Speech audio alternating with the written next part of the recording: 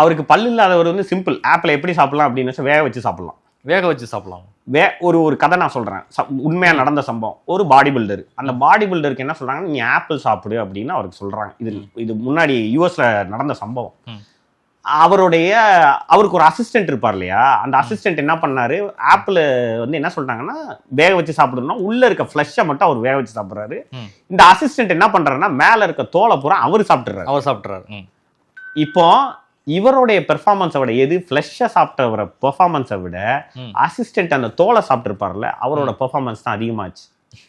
ஏன் அது பெட்டர் ஆச்சு அப்படின்னா, அதுலதான் பெக்டின் அப்படின்னு சொல்லிட்டு ஒரு சாலிபிள் ஃபைபர் இருக்கு. அந்த பெக்டின்றது கட்டுக்கு ரொம்ப ரொம்ப தேவை. இவர் என்ன பண்ணாரு, பெக்டினை விட்டுட்டு இதை சாப்பிட்டாரு.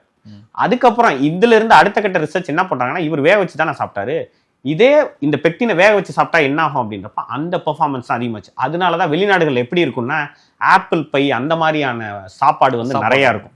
ஏன்னா ஒரு ஒரு ஒரு நாட்டுல ஒரு உணவு கலாச்சாரம் உருவாகுதுன்றது அப்படித்தான் நம்ம ஊர்லயும் இருக்கு. எப்படின்னா இப்ப நீங்க வந்து நம்ம பேர்ல் மில்லட்னு சொல்றாங்க இல்லையா, கம்பை வந்து புளிக்க வச்சுதான் நீங்க சாப்பிடணும்.